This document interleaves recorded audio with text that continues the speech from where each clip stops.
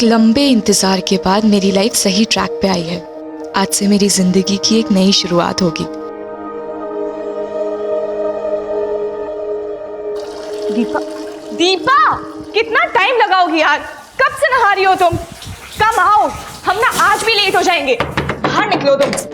वो तुम्हारी वजह से ना हम डेली लेट होते हैं। अच्छा, और तुम जो मुझसे पहले बाथरूम हाईजैक कर लेते उसका क्या? हाँ, कल से तो आई टेक बात तुझसे पहले, फिर देखते हैं कौन है लेट लतीफ। कल से तो मैं हुई नहीं, मोटी, भूल गई ना। आज शाम को ही मैं ऑफिस से घर वापस जा रही हूँ। अरे हाँ, मैं भूल ही गई। कल से तेरी लाइफ का अल्टीमेट बैटल शुरू होने वाला है, युद्ध का शंखनाद। कल तेरी सगाई से। My God, congratulation. Thank you. ये रखो। हाँ। वैसे तेरे को देखकर लग नहीं रहा है कि कल तेरी सगाई है। कल तो पार्लर चले जाना एटलीस्ट, प्लीज। तू अपनी एडवाइस ना अपने पास ही रख, okay? Ramanuj likes the way I M.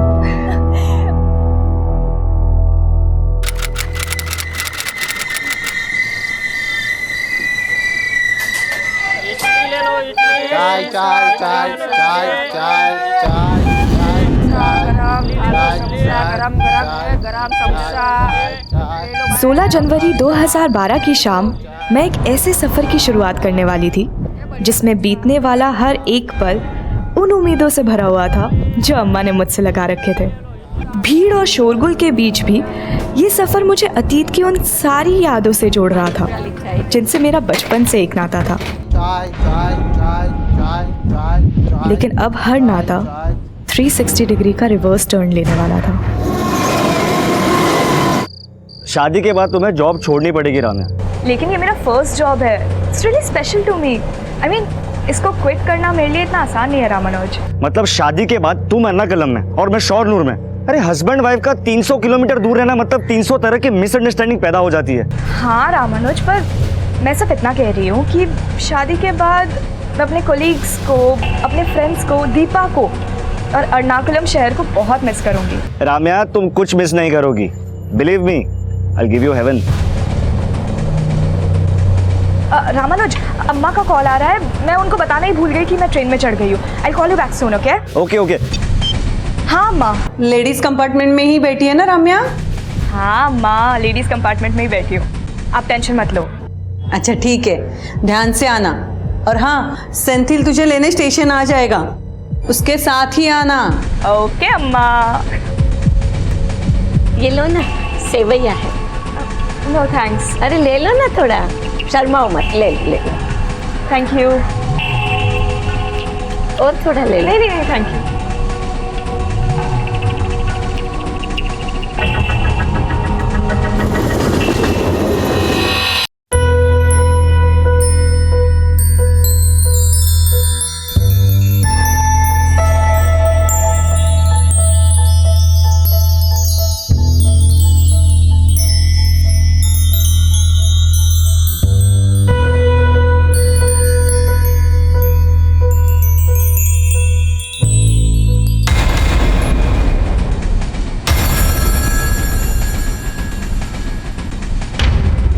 भगवान से बस अब यही कामना है कि मेरी खुशियों को किसी की नज़र ना लगे और ये सफ़र आसानी से बीत जाए।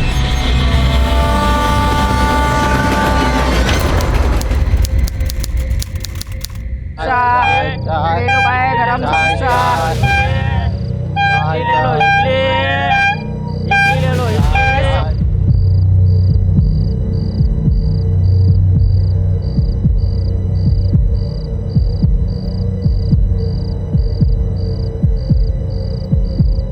राम्या की ट्रेन आ गई?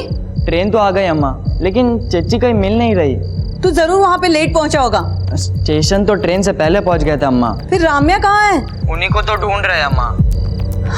अरे फोन करना फिर उसे, वहीं कहीं होगी। अब फोन बंद आ रहा है अम्मा, चार्जिंग खत्म हो गया होगा। तू ध्यान से देख उसे वहाँ। हाँ सेंथिल, राम्या का फोन नहीं लग रहा। घर आ गई वो?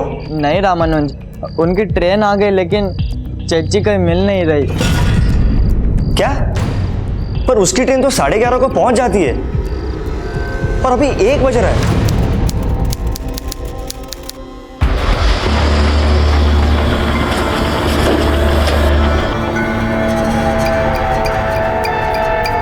सर मेरी सिस्टर राम्या ने एर्नाकुलम से शोरनूर वाला पैसेंजर ट्रेन पकड़ा था। ट्रेन 11:30 बजे स्टेशन पहुंच गई थी, लेकिन चेची वहाँ नहीं पहुंची सर। ये तो रेलवे पुलिस का केस है, आपने वहाँ रिपोर्ट किया? सर पुलिस तो पुलिस होता है ना, एक तो मेरी चेची नहीं मिल रही। सर देखिए ये सब प्रोसीजर हमें पता नहीं है, प्लीज हेल्प अस। क्या हुआ? सर मेरी मंगेतर राम्या एर्नाकुलम से शोरनूर की पैसेंजर ट्रेन से आ रही थी। सर ट्रेन 11:30 बजे पहुंच गई, पर वो पहुंची ही नहीं। वो एर्नाकुलम से ट्रेन में चढ़ी थी? हाँ सर, और करीब 9:30 बजे जब उसने मुरूर कारा क्रॉस किया था तब मेरी उससे फोन पे बात भी हुई थी। लेकिन सर चेची का फोन बंद आ रहा है, पता नहीं क्यों नहीं पहुंची। ठीक है, हम लोग रेलवे पुलिस से कोऑर्डिनेट करते हैं।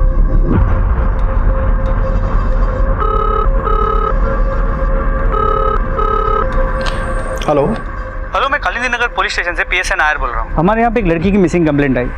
उसके घर वालों का कहना है कि वो लड़की शोरनूर रेलवे स्टेशन पे पहुँचने वाली थी, पर वहाँ से वो घर तक पहुँची नहीं। क्या आपके पास ऐसी किसी लड़की की कोई इन्फॉर्मेशन है? एर्नाकुलम शोरनूर पैसेंजर ट्रेन आने के बाद उस ट्रेन के 2 पैसेंजर्स ने हमें बताया था। सर हम लोग लेडीज कंपार्टमेंट के आगे वाले कोच में थे। वल्लमल क्रॉस होने के 10-12 मिनट बाद मैंने एक लड़की को लेडीज कंपार्टमेंट से जंप करते हुए देखा सर। हमें उनकी बातों से ऐसा लग रहा था जैसे लेडीज कंपार्टमेंट खाली होगा। वैसे भी वल्लमल स्टेशन आते आते ट्रेन लगभग खाली हो जाती है। हमें ऐसा लग रहा है जैसे लड़की ने सुसाइड किया होगा। क्या उस लड़की की बॉडी आपको मिली है? हमें अभी तक लड़की की बॉडी की कोई इन्फॉर्मेशन नहीं मिली है, लेकिन हमारी टीम रेलवे ट्रैक्स पे उसे सर्च करने की कोशिश कर रही है।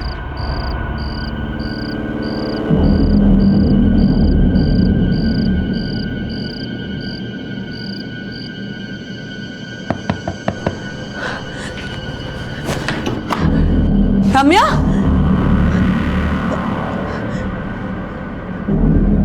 राम्या, राम्या कहाँ है? सेंथिल, राम्या कहाँ है? रामानुज, राम्या कहाँ है?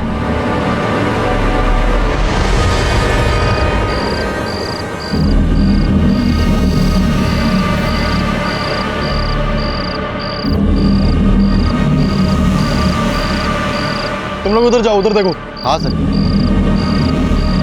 यहाँ ध्यान से देखो। नहीं सर, यहाँ पे तो कोई भी नहीं है। उधर उस तरफ देखते रहो। तुम एक मिनट।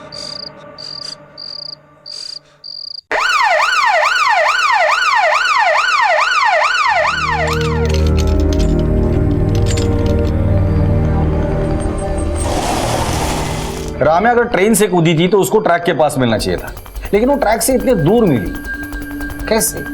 हमें लगता है ट्रेन से कूदने के बाद राम्या जिस स्पॉट पे गिरी होगी वहां से उसे ड्रैग करके दूसरी जगह पे ले जाया गया होगा।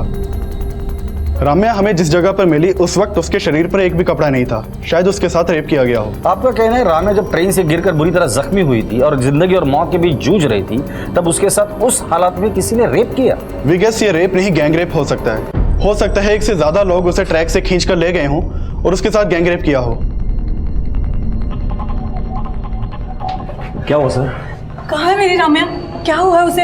यहाँ क्यों लेके आए उसे? देखिए, राम्या ट्रेन से गिरने के बाद बुरी तरह जख्मी हुई है और हमें शक है कि शायद उसके साथ गैंग रेप हुआ है। ये आप क्या कह रहे हैं sir?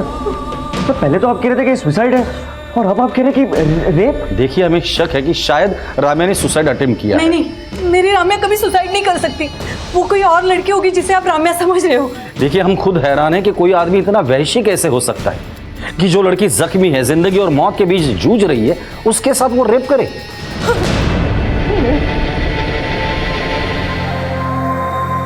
Sister, how is she now? She is very critical sir, अभी कुछ नहीं कहा जा सकता। राम्या की फैमिली लगातार यही कह रही है कि राम्या सुसाइड नहीं कर सकती, और जो गैंगरेप की बात सामने आई है वो भी चौंका देने वाली है। एक काम करो, आरपीएफ की टीम और स्पॉट पे चले जाना। जिस बोगी से राम्या ट्रैवल कर रही थी उस बोगी को दोबारा से चेक करो। Sir,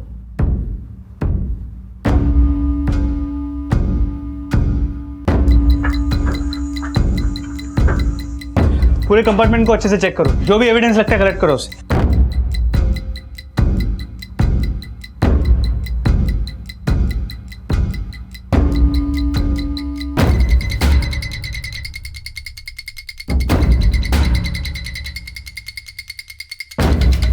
sir,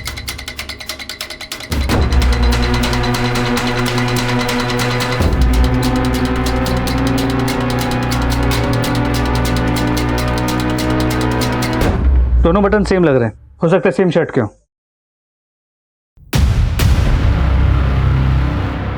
blood stains.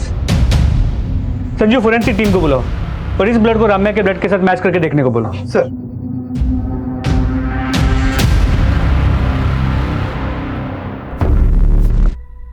हमें यहीं पे उस लड़की की लाश मिली थी।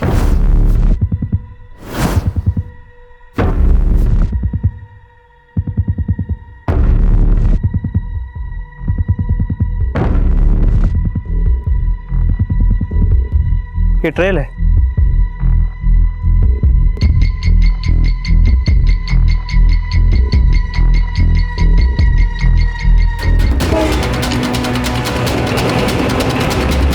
मतलब लड़की उस तरफ गिरी थी।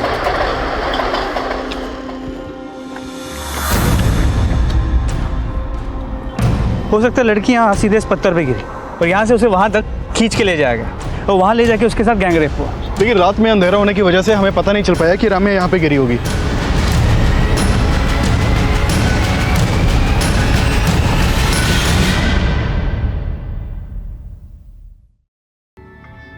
क्राइम सीन पर जो भी सबूत मिले उससे तो यही लगता है कि राम्या के साथ रेप तब हुआ था जब वो जख्मी थी। रेलवे कंपार्टमेंट में स्ट्रगल के निशान मिले थे, मतलब राम्या का ट्रेन से गिरना सुसाइड अटेम्प्ट नहीं बल्कि अटेम्प्ट ऑफ मर्डर था। ये बटन्स राम्या के कपड़ों के नहीं लगते। और हेयर क्लिप, राम्या ट्रेन से ट्रैवल कर रही थी तो उसके पास लगेज भी जरूर होगा, जो ना ही हमें क्राइम सीन पर मिला और ना ही ट्रेन में। राम्या के साथ सिर्फ रेप नहीं, उसके साथ लूट भी हुआ। करेक्ट। राम्या का पर्स, बैग, वॉलेट हमें कुछ नहीं मिला।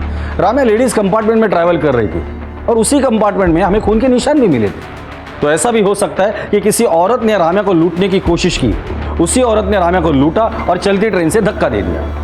लेकिन सर फिर उन दो लोगों ने आरपीएफ से ये क्यों बोला कि उन्होंने राम्या को ट्रेन से छलांग मारते हुए देखा था? फिलहाल राम्या तो स्टेटमेंट देने की हालत में नहीं है, लेकिन क्राइम सीन से जो भी एविडेंसेस मिले हैं उससे थियरी तो यही बनती है कि राम्या को चलती ट्रेन से धक्का दिया, उसे लूटा गया और जख्मी हालत में उसके साथ गैंग रेप हुआ।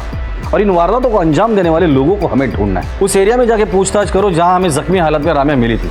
ये काम उसी एरिया के उठाई गिरोह का हो सकता है। और वो दो लड़के जिन्होंने रेलवे पुलिस में राम्या के बारे में कंप्लेंट लिखवाई थी, उनसे कहो आके मिले। Sir excuse me sir.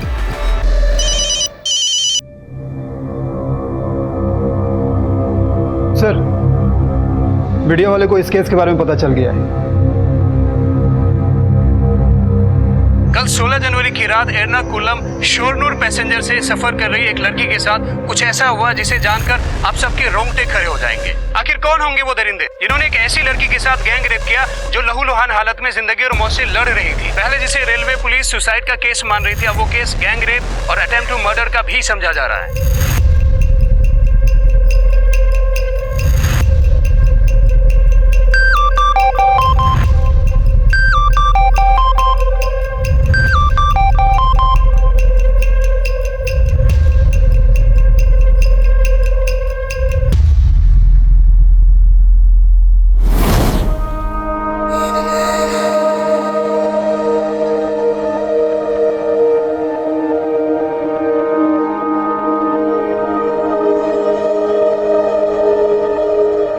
अम्मा, आपके अकाउंट में ना मैंने पैसे ट्रांसफर कर दिए, रेंट दे देना। अरे रेंट का पैसा तो सेंथिल ने अरेंज कर लिया था। इस पैसे से हम तुम्हारी सगाई की शॉपिंग कर लेंगे। अम्मा, आप कॉफी पी रही है ना? तुझे कैसे पता चला? बस आपकी कॉफी की स्मेल शोनूर से एर्नाकुलम तक आती है। बहुत मिस करती हूँ आपकी कॉफी को। वर्ल्ड में आपके जैसी कॉफी ना कोई नहीं बना सकता। अच्छा, अब ज्यादा मस्का मत लगा। शोनूर कब आ रही है? अगले हफ्ते तुम्हारी सगाई है और तुम अभी भी वहीं हो। सगाई से पहले अपनी अम्मा के साथ वक्त नहीं बिताओगी? सगाई के बाद ना एक हफ्ता मैं सिर्फ आपके साथ रहूंगी, आपकी कॉफी और हम खूब बातें करेंगे।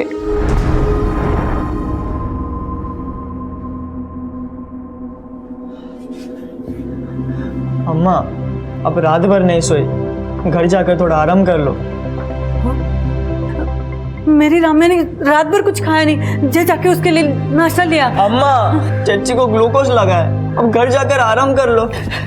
तुझे बोला था राम्या को एर्नाकुलम जाके ले आ। कैसा भाई है तू? खुद जाके ले आता तो आज राम्या।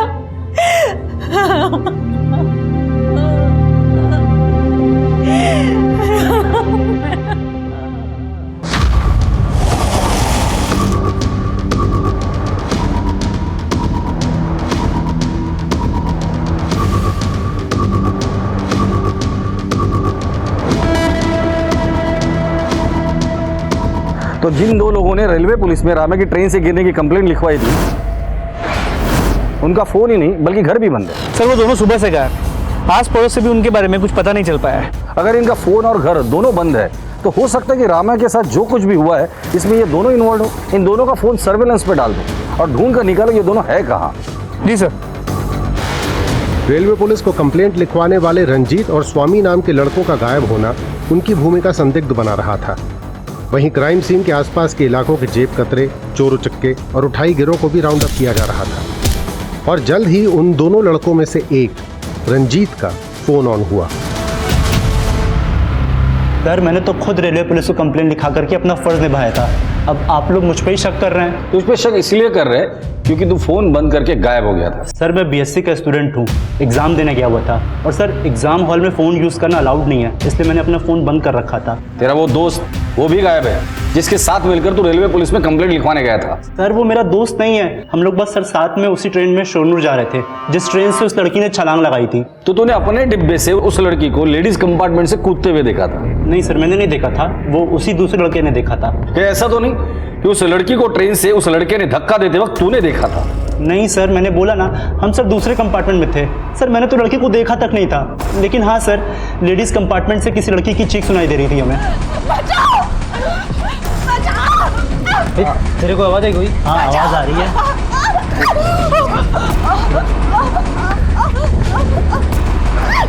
लगता है लेडीज कंपार्टमेंट से आवाज आ रही है, कुछ प्रॉब्लम है वहाँ पे। हाँ मुझे भी लगता है आवाज इधर ही से आ रही है।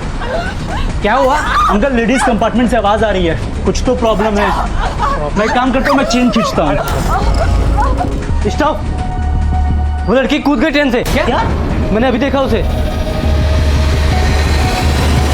सर मैं तो खुद ट्रेन की चेन खींचना चाहता था पर उस लड़के ने मुझे रोक दिया, बोला कि लड़की कूद गई है और हम शोरनूर उतर करके रेलवे पुलिस को सब बता देंगे। तुम लोगों ने लड़की की चीखें सुनी थी, उसको ट्रेन से कूदते हुए देखा था, फिर शोरनूर स्टेशन पे रेलवे पुलिस को पूरी बात क्यों नहीं बताई थी? सच सच बता दे, क्या कांड किया था उन दोनों ने मिलकर उस लड़की के साथ? सर हमने कुछ नहीं किया है सर। सर हमें तो उस लड़की की परवाह थी, तभी तो हमने रेलवे पुलिस को सब बता दिया था। सर ये कोई साजिश लगती, तभी तो इस रंजीत का जोड़ीदार गायब है। रंजीत का कहना है कि स्वामी उसका दोस्त नहीं है। एक काम करो, रंजीत और स्वामी दोनों के कॉल रिकॉर्ड निकालो और पता करो वाकई एक दूसरे को नहीं जानते या रंजीत कोई कहानी बना रहे हैं, और इस स्वामी को ढूंढो और हॉस्पिटल जाके पता करो कि राम्या की कंडीशन कैसी है। इस केस में राम्या का स्टेटमेंट बहुत जरूरी है।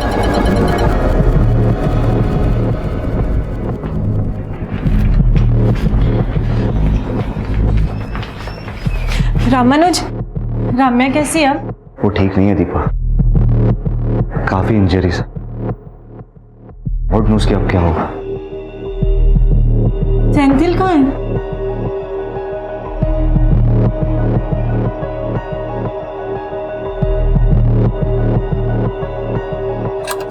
चेची चेची क्या हुआ? क्यों नॉइस पोल्यूशन बढ़ा रहा है? अरे वो टी शर्ट नहीं मिल,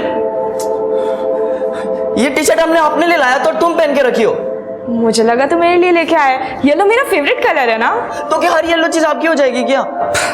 ओके लेट इट बी। अब मैंने पहन लिया ना, कल मैं तेरे लिए एक नया दूसरा टी शर्ट लेके आऊंगी, प्रॉमिस। नहीं मुझे अभी चाहिए, जस्ट नाउ। छोड़ना यार। नो नो अभी चाहिए। फाइन, ये ले तेरी टी शर्ट। मेरी ही गलती थी कि मैंने तुझसे कुछ एक्सपेक्ट किया।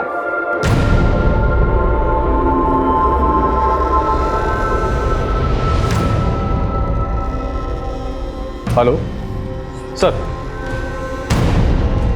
जी सर मुझे पता है कि मैटर बहुत सीरियस है and we are trying our level best sir. Okay sir मेरी फोरेंसिक टीम से बात हुई, ट्रेन के डिब्बे में जो खून के धब्बे मिले थे वो राम्या के खून के साथ मैच करते हैं। मतलब ये बात तो कंफर्म है कि उस रात उस ट्रेन में राम्या को किसी ने मारने की कोशिश की, शायद लूट भी वहीं हुई है। सर जहाँ राम्या मिली थी उस एरिया के सभी पॉकेट मार और हिस्ट्री शीटर्स को हमने राउंड अप किया, लेकिन कोई कुछ बोल नहीं रहा। और वहाँ रंजीत भी अपना पुराना राग अलाप रहा है। रंजीत और स्वामी के कॉल रिकॉर्ड्स को हमने चेक किया, लेकिन कुछ मिला नहीं सर। नहीं पता नहीं क्यों मुझे ऐसा बार बार लग रहा है कि रंजीत और स्वामी एक दूसरे को पहले से जानते हैं। हाँ मेनू बोलो। सर स्वामी के रिलेटिव से स्वामी के बारे में पता चला है। उठाकर लेकर आओ इस स्वामी को।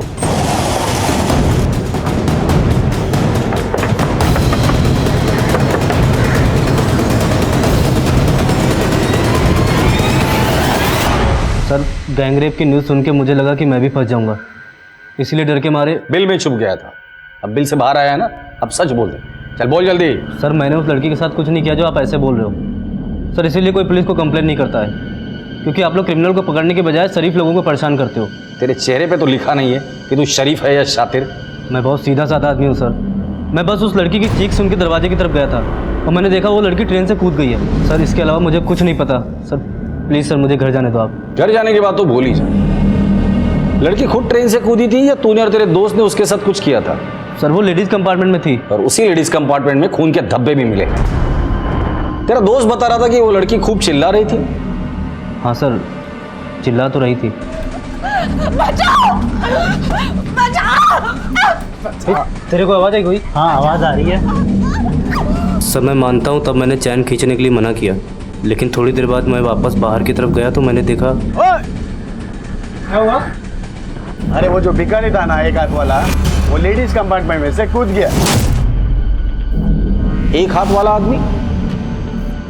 लेकिन ये एक हाथ वाले आदमी की बात रंजीत ने हमें क्यों नहीं बताई?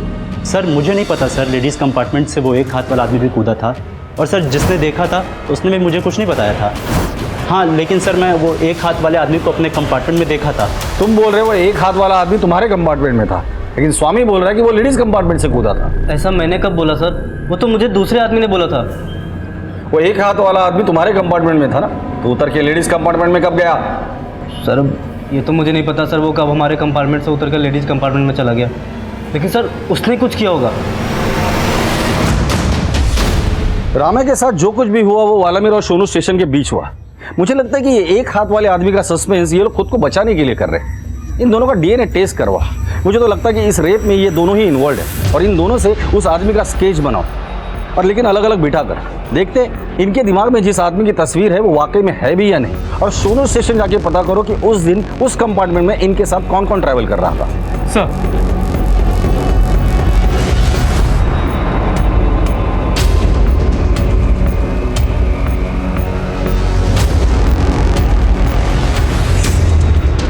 कि दोनों स्केचेस लगभग एक जैसे हैं, मतलब ये एक हाथ वाला आदमी वाकई में है। सर शोरनूर रेलवे स्टेशन की सीसीटीवी फुटेज मिल गई है। सर ये लड़कों का कंपार्टमेंट लेडीज़ कंपार्टमेंट के पीछे है, और यहाँ रंजीत और स्वामी के साथ और 2 लोग उतरे हैं। जूम करो। हाँ सर, यही वो आदमी है जिसने उस लड़की के ट्रेन से कूदने के बाद मुझे बताया था कि एक हाथ वाला आदमी लेडीज़ कंपार्टमेंट से कूदा था। इस केस में अब एक ऐसे शख्स का जिक्र हो रहा था जिसके होने न होने को लेकर पुलिस को संदेह था, लेकिन जो उस रात शोनूर स्टेशन पे उतरे थे उन लोगों को रम्या के गैंगरेप से जोड़ना असंभव को संभव मान लेने जैसी अतिशयोक्ति थी। लेकिन स्वामी का बयान भी अतिशयोक्ति से कम नहीं था कि रम्या के ट्रेन से गिरने के बाद लेडीज कंपार्टमेंट से एक कटे हाथ वाला आदमी चलती ट्रेन से कूदा था। उसको कूदते हुए देखने वाले की पहचान की गई और उसको भी पुलिस स्टेशन बुलाया गया। हाँ सर, यही वो एक हाथ वाला भिखारी था जो उस दिन लेडीज कंपार्टमेंट में से कूद गया था। तो ये एक हाथ वाला भिखारी खुद चलती ट्रेन से कूदा था? हाँ सर, मैंने कूदते हुए देखा था उसको, लेकिन लड़की को कूदते हुए नहीं देखा था सर मैं। लेकिन रंजीत और स्वामी तो कह रहे थे कि ये एक हाथ वाला भिखारी तुम्हारे कंपार्टमेंट में था, और तुम कह रहे कि वो लेडीज कंपार्टमेंट में था। हाँ सर, वो पहले हमारे कंपार्टमेंट में ही था, लेकिन हो सकता है कि वो वल्ला मिल में उतर गया हो और लेडीज कंपार्टमेंट में चला गया हो। तो तुम ये कहना चाहते हो कि ये आदमी पहले तुम्हारे कंपार्टमेंट में था, वहां से उतर कर वो लेडीज कंपार्टमेंट में गया, उसने रम्या को धक्का दिया और फिर खुद चलती ट्रेन से कूद गया। सर मैंने तो बस उस एक हाथ वाले आदमी को चलती ट्रेन से कूदते हुए देखा था, बाकी क्या हुआ मेरे को नहीं मालूम सर। बाकी बहुत कुछ हुआ है अर्जुन जी। ट्रेन से गिरने के बाद लड़की को झाड़ियों के बीच घसीट कर लेकर गए और उसके साथ गैंग रेप हुआ है। जब न्यूज में आया था तो मैंने भी देखा था, और बाद में मेरे को रियलाइज हुआ था कि हम तब बहुत कुछ कर सकते थे। लेकिन तुमने नहीं किया। क्यों नहीं किया बताओ?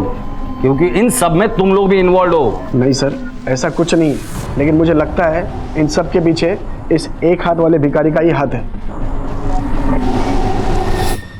हाँ सर, एक हाथ कटा हुआ आदमी मल्लूरपुरम स्टेशन से हमारे कंपार्टमेंट में आके बैठा था, लेकिन सर ट्रेन से कूदते हुए मैंने ना उस आदमी को देखा था ना उस लड़की को। आपने उस लड़की की चीखें सुनी थी? हाँ सर, जितने भी लोग कंपार्टमेंट में थे ना सर, सब लोगों ने सुनी थी। जब वो लड़की चीख रही थी तो ये एक हाथ कटा आदमी का हाथ? सर वो मेरे को नहीं मालूम, लेकिन हाँ सर, जब लड़की की आवाज़ आई थी ना तब वो आदमी हमारे कंपार्टमेंट में नहीं था। आपको पता था कि आपके बाजू के कंपार्टमेंट में एक लड़की मुसीबत में, आपको एक बार भी नहीं लगा कि उस लड़की की मदद करनी चाहिए? वो क्या है ना सर, एक लड़का बोला कि वो लड़की चलती ट्रेन से कूद गई। मेरी समझ में नहीं आ रहा सर कि वहाँ क्या हो रहा है। समझ में नहीं आ रहा था? कहीं ऐसा तो नहीं कि आपको समझ में तो सब कुछ आ रहा था, लेकिन उन लड़कों के डर से बोल वही रहे हैं जो उन लड़कों ने बोलने को बोला है। नहीं नहीं सर, ऐसा कुछ भी नहीं है सर। हाँ सर, ये वही आदमी है जिसका हाथ कटा हुआ था। सर ये चारों बोल रहे हैं कि उन्होंने उस तरह ट्रेन में इस एक हाथ वाले आदमी को देखा था और इनडायरेक्टली इशारा भी इसी की तरफ कर रहे हैं। मुझे इन चारों की झूठ बोलने की पॉसिबिलिटी नजर नहीं आती। मैंने इनके रिकॉर्ड चेक किए हैं, ये चारों एक दूसरे को नहीं जानते। नायर, रामे के साथ गैंग रेप हुआ है, हम इन चारों पर ऐसे ही भरोसा नहीं कर सकते। इनका भी डीएनए टेस्ट कराओ। सर। एर्नाकुलम शोनूर पैसेंजर ट्रेन के लेडीज कंपार्टमेंट से रम्या की बिलखती चीखें सुनने वाले, रम्या को ट्रेन से गिरता हुआ देखने वाले और उस एक हाथ वाले आदमी को इन अपराधों का प्राइम सस्पेक्ट बनाने वाले वो चारों पैसेंजर्स अब शक के दायरे में थे। पर पुलिस की ये थ्योरी कि रम्या का गैंग रेप हुआ था, इस थ्योरी को अब एक ऐसा झटका लगने वाला था जिसकी किसी ने कल्पना भी नहीं की थी। सर, राम्या के मेडिकल रिपोर्ट देखकर एक बात तो बिल्कुल साफ है कि उसका गैंग रेप नहीं हुआ था, बल्कि एक ही आदमी का इन्वॉल्वमेंट है उसके रेप में। लेकिन डॉक्टर साहब, राम्या जिस कंडीशन में मिली थी और अभी जो उसकी हालत है, उसे देखकर लगता नहीं कि ये एक ही आदमी का काम है। सर, राम्या के बॉडी से जो हमें डीएनए सैंपल मिला है वो सिर्फ एक ही आदमी का है जिसने उसका रेप किया था। सर, उसकी कंडीशन में कोई भी इंप्रूवमेंट नहीं हो रहा है, पर फिर भी हम पूरी कोशिश कर रहे हैं। Please doctor, do something. सिर्फ राम्या ही हमें बता सकती है कि उसके साथ क्या हुआ था और किसने ये सब कुछ किया था।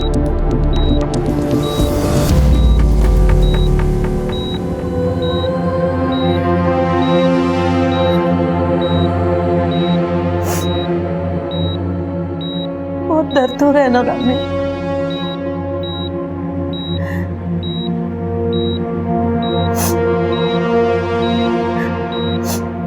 बोलना बेटा,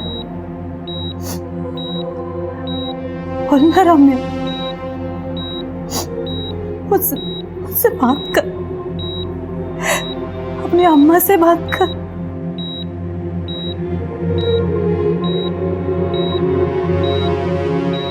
मैम, आप प्लीज़ बाहर जाइए, हमें कुछ टेस्ट करने हैं।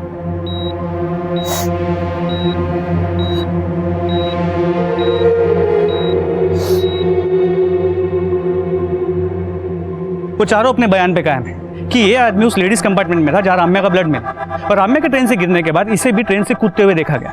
और राम्या की बॉडी पर भी एक ही आदमी का डीएनए सैंपल मिला है। कि ऐसा तो नहीं कि इसी साहब, ये एक हाथ वाला आदमी एक घायल लड़की को ट्रैक से करीब 200 मीटर दूर तक घसीट के ले जाना और वहां उसके साथ रेप करना, सर कैसे हो सकता है? लेकिन इसने ये नहीं किया, किसी दूसरे आदमी ने किया है, तो उस दूसरे आदमी का हमारे पास कोई क्लू नहीं है। यार कैसे भी करो पता करो ये आदमी है कौन।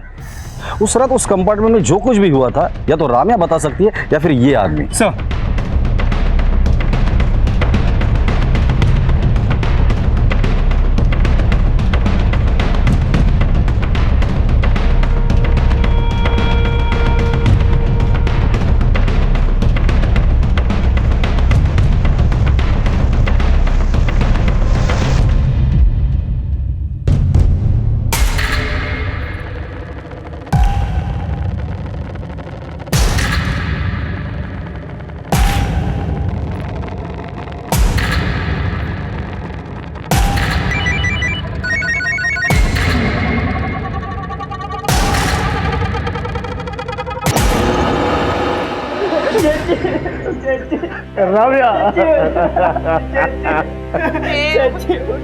रम्या प्लीज संभालिए, प्लीज संभालिए।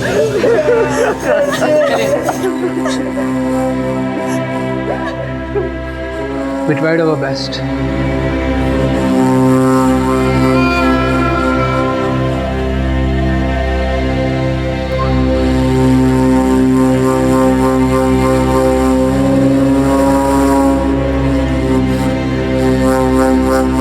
छुटकारा मिल गया मेरी बच्ची को अपने दर्द से, और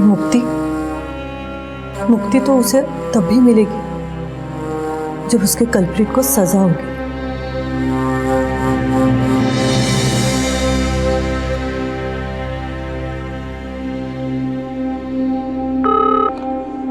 हेलो,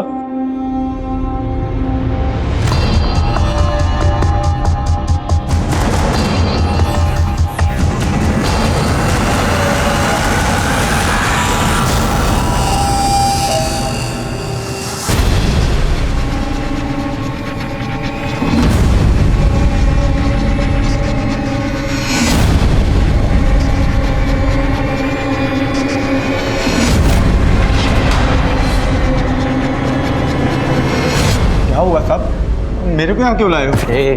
नाटक बंद कर दिया। एक लड़की के साथ ट्रेन में मारपीट की, उसको चलती ट्रेन से फेंक दिया और उसके बाद उसका रेप भी किया। हाँ साहब, मेरे को देखो साहब, मैं ऐसी हालत में रेप कर सकता हूँ साहब? मेरे को मालूम है आप लोग पुलिस वाले हैं, आप लोग बड़े आदमियों को बचाने के लिए मुझ जैसे गरीब आदमी को फांसी पे चढ़ा देंगे, लेकिन साहब मैं अपने साथ ऐसा नहीं होने दूंगा। तू ऐसे मुंह नहीं खोलेगा, इसकी अच्छे से खातिरदारी करो। साहब क्या कह रहे हो साहब?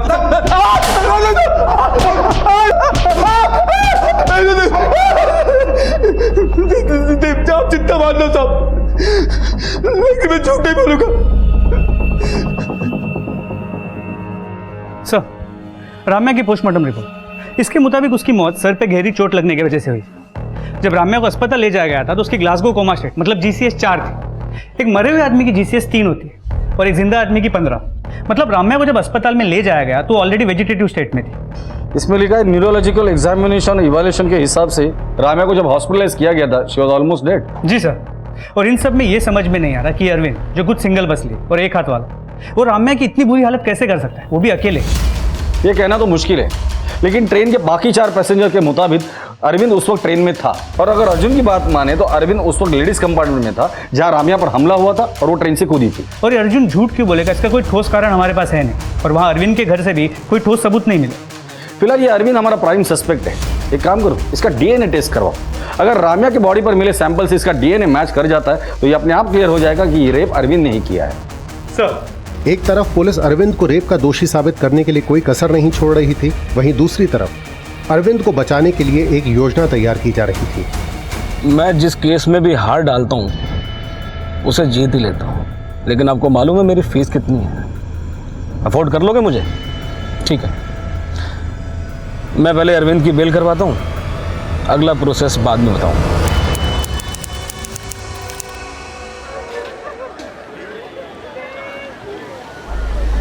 देख सकते हैं कि पुलिस अरविंद को कोर्ट में लेकर जा रही है। आज राम्या रेप केस की सुनवाई है और अरविंद को फांसी की सजा दिलाई जाने की मांग की जा रही है। स्टेट के सबसे फेमस और क्रिमिनल लॉयर BP कुकुनर अरविंद को डिफेंस कर रहे हैं। उनका मानना है कि अरविंद इनोसेंट है।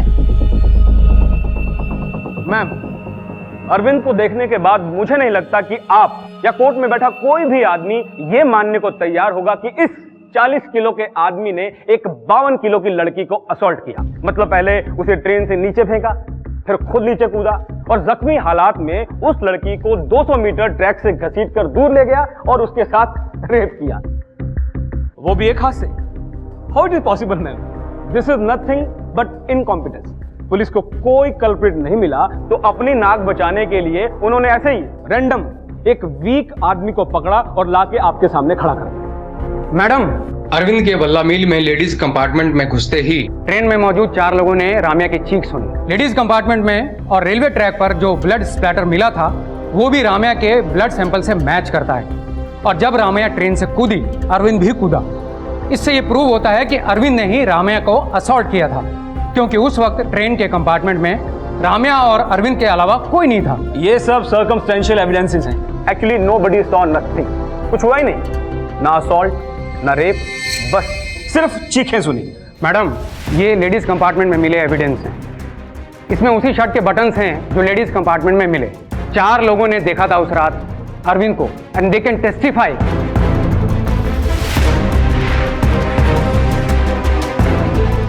मैम, आई थिंक ये 4 लोग मिले हुए हैं। मे बी दे रेप्ड हर। लेकिन रेप करने वाला एक ही था, और अरविंद था या नहीं ये इसके DNA टेस्ट से क्लियर हो जाएगा। मैडम, हमारे पास एक और विटनेस है जिसने अरविंद को राम्या पर नजर रखते हुए देखा था। अबीदा जी, प्लीज आइए। साहब, हम देखे थे इस आदमी को। हम अपनी पोती के लिए बिस्कुट लेने प्लेटफॉर्म पर उतरे थे और ये हवस भरी नजरों से हमें घूर रहा था। फिर उसकी नजर राम्या पर पड़ी।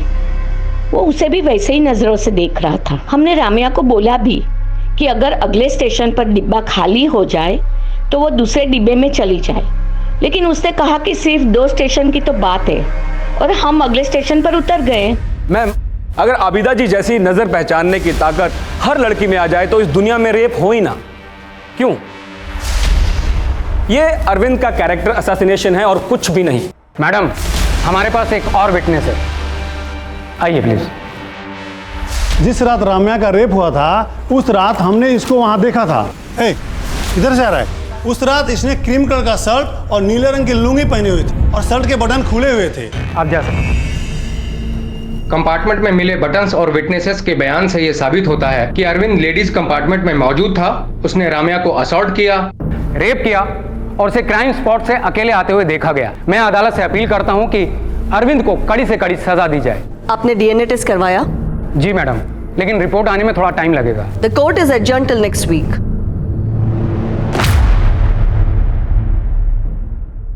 इस केस में अरविंद का दोषी होना ना होना उसकी डीएनए रिपोर्ट पर निर्भर समझा जा रहा था और जल्द ही डीएनए रिपोर्ट सामने आई।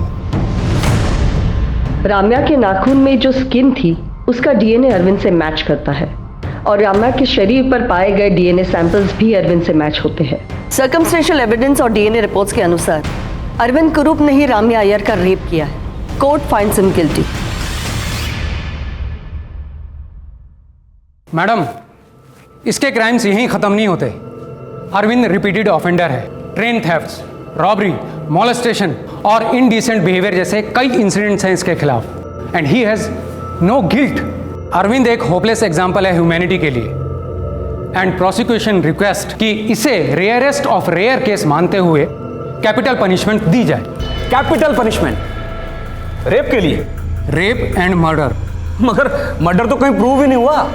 कोई भी एविडेंस ये स्टेट करता ही नहीं है। ऑफ कोर्स करता है। पोस्टमार्टम रिपोर्ट के हिसाब से रामैया अय्यर की मौत सर पर गहरी चोट लगने की वजह से हुई और डॉक्टर्स की रिपोर्ट के अकॉर्डिंग राम्या को जब हॉस्पिटल लाया गया तो उसका ग्लासगो कोमा स्केल यानी कि GCS सिर्फ 4 था। एक मरे हुए इंसान का GCS 3 होता है और जिंदा इंसान का 15। राम्या अय्यर ट्रेन से गिरते ही वेजिटेटिव स्टेट में चली गई थी और न्यूरोलॉजिकल एग्जामिनेशन और इवेल्युएशन को देखा जाए तो Ramya Iyer was almost a dead body जब उसे हॉस्पिटल लाया गया और उसकी उस हालत का कारण ट्रेन से उस पत्थर पर गिरना था।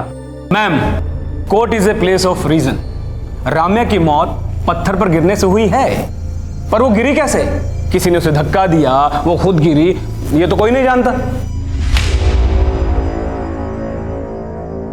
ये देखिए, प्राइम विटनेस नंबर 1 को लगता है कि वो खुद कूदी थी, विटनेस नंबर 2 को लगता है कि वो गिर गई थी, जबकि विटनेस नंबर 3 को लगता है कि उसे धक्का दिया गया था। तो मैडम, इसमें अरविंद ने मर्डर किया, ये कहां प्रूव होता है?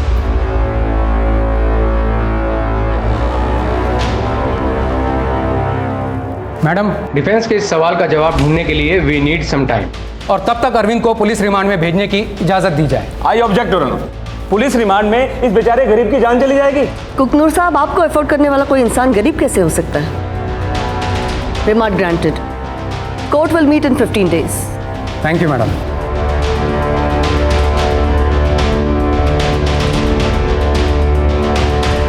नायर, इस अरविंद की ठुकाई करके फायदा नहीं है। इसका मुंह खोलने के लिए कुछ और करना होगा।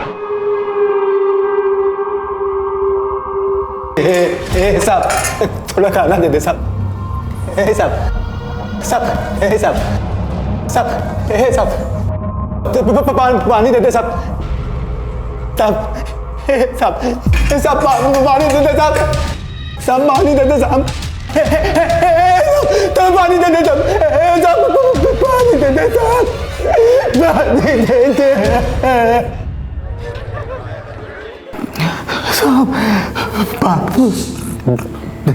साहब। पानी दे दे साहब। पानी दे दे साहब।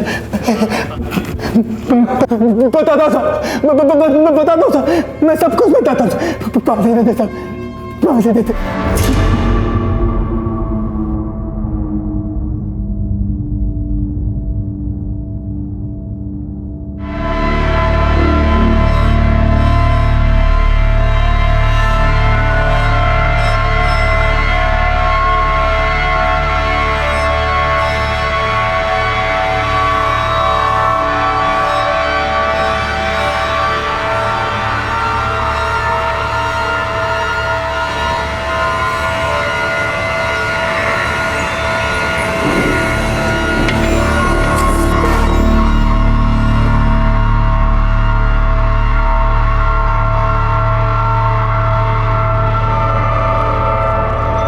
इस कन्फेशन पे इसकी साइन ले लो।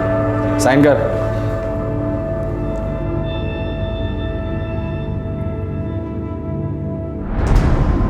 एविडेंस और विक्टिम के कन्फेशन स्टेटमेंट के अनुसार अरविंद कुरूप ने ही राम्या अय्यर को ट्रेन से फेंका, जिसकी वजह से उसकी मौत हुई।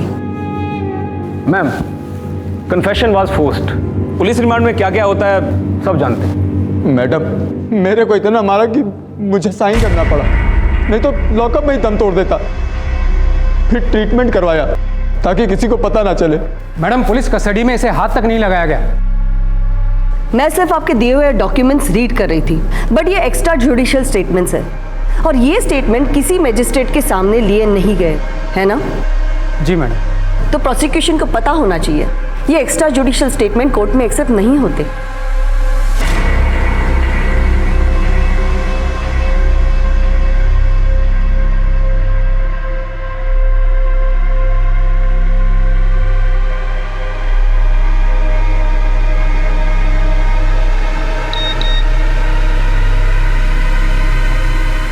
Arvind Kumar awarded capital punishment. चल जल्दी कैमरा लगा।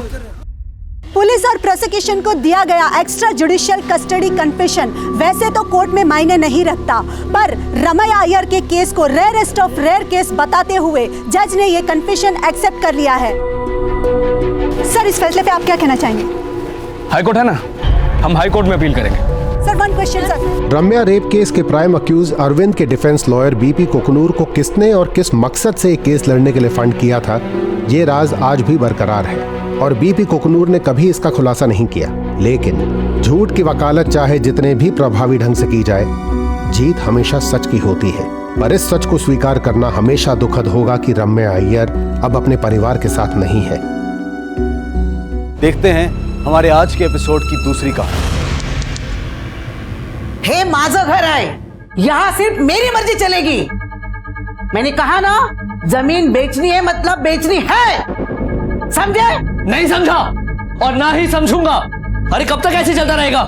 जमीन बेचो, 2 साल घर चलाओ, हैं? किसी को कोई काम करना है कि नहीं? ए सागर, तू सुना था किसको है?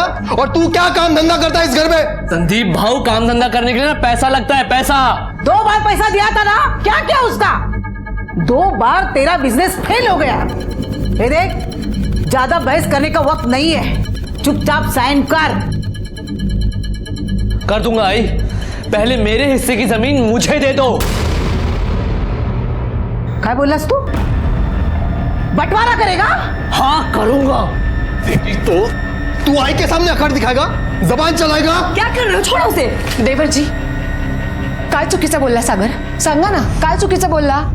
सही कह रहा है वो। बहू, अभी तू मुझे सिखाएगी? पति के मरने के बाद 18 साल मैंने अकेले दम पे ये घर संभाला है, बच्चों को पाला है। अच्छा मुझे बता, ये घर कैसे चलाएगी? पैसे कहां से आएगा? देख, अभी पैसे की जरूरत है, जमीन का हिस्सा तो बिकेगा ही और तुझे साइन करना पड़ेगा। साइन कर।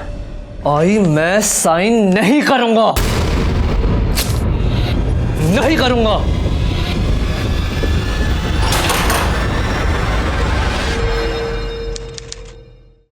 बाबा, जब मैं डॉक्टर बन जाऊंगी तो सबसे पहले आपका टीबी का इलाज करूंगी। ये क्या कर रही है? हाँ, कितनी बार तुझे बोला है ये रूम में आने से पहले मुंह पे रुमाल बांध लिया कर। चल जा यहाँ से। तुम्हाला ही कळत नाही ना, घेऊन बसा तिला गप्पा मारायला। ये क्या हुआ तेरे गले पर?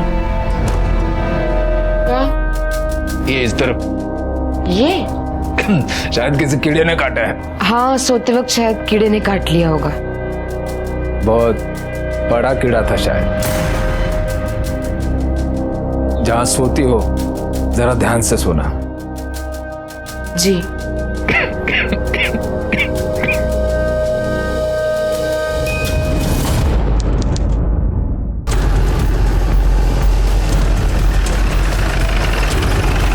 साहब, मैं यहाँ से काम पे जा रहा था, यहाँ पे लाश देखी, मैंने आपको तुरंत फोन किया।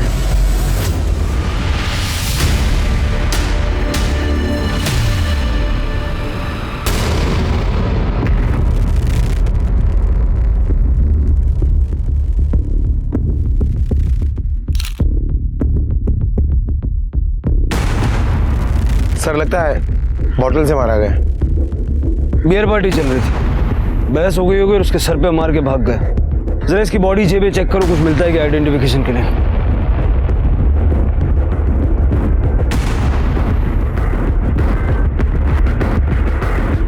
सर ये मोबाइल और पर्स मिला है।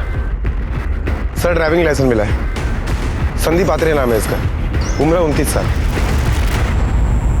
और ये फोन भी मिला है। सर मोबाइल लॉक है। एक काम करो, फोन अनलॉक करवाने के लिए भेजो, इसकी बॉडी पोस्टमार्टम में भेजो और इसके घर वालों को खबर करो और जरा पता करो कि ये बियर किसने और कहां से खरीदी। Okay sir.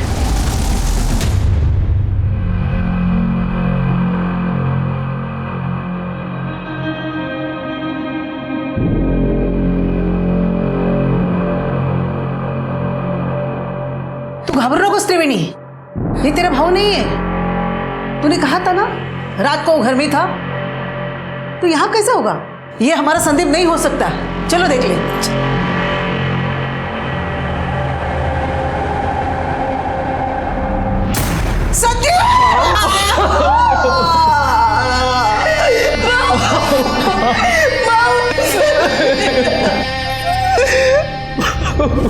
किसने मारा मेरे बेटे को? हम पता लगाने की कोशिश कर रहे हैं। वैसे आपको कोई आइडिया है वो किसके साथ बियर पीने जाने वाला था? कुछ बताया? मेरा बेटा शराब नहीं पीता था क्योंकि मुझे पसंद नहीं था। माँ वो पीता था। खोटो बोलता है तू। माँ तुम्हें नहीं पता है संदीप भाऊ तुमसे छुपकर क्या क्या करता था। सर ये संदीप का मोबाइल अनलॉक किया है। लास्ट कॉल किसी अजय भाऊ को किया था। 1 मिनट 4 सेकंड तक बात हुई है और नंबर है 7764598346। सर ये तो अजय भाऊ का ही नंबर है, मेरे बड़े भाई। कहते हैं ना साहब, दुश्मनी की जड़ चोरी और जमीन से होती है। जमीन बहुत है हमारी और दुश्मन भी। आप पता करो मेरे बेटे को किसने मारा। जमीन का एक हिस्सा आपके नाम कर दूंगी, लेकिन वो कमीने को सजा मिलनी चाहिए। देखिए इस काम को करने के लिए सरकार मुझे सैलरी देती है। आप लोग बस इतनी मदद कीजिए कि कुछ भी छुपाइएगा मत।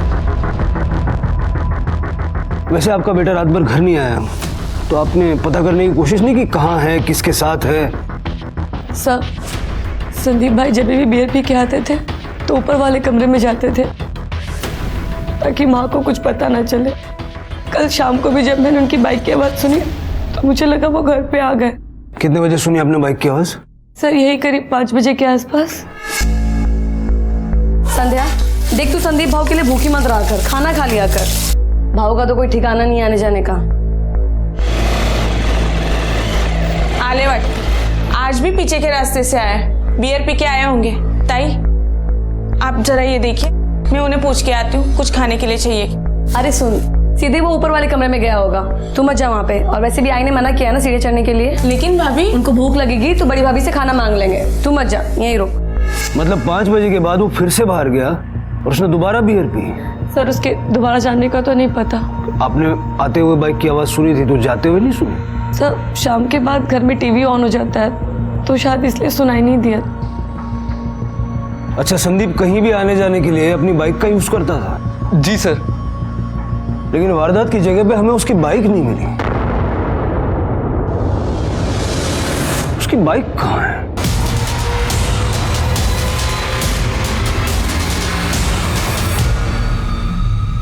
लगता है यही संदीप की बाइक है। शायद कोई पीछे के रास्ते से आया और संदीप को अपनी गाड़ी में बिठा के अपने साथ ले गया। सर ये मेरी बड़ी भाभी अजय भाव की पत्नी। कल शाम को 5 बजे के बाद आप संदीप के लिए खाना लेकर ऊपर के कमरे में गई थी? नहीं सर, संदीप भाव जी मुझे फोन करते थे तभी मैं जाती थी, अगर कल उनका फोन नहीं आया तो मैं नहीं गई। आपके पति अजय कहाँ है? आखिरी बार संदीप की उन्हीं से बात हुई। जी वो अंदर है।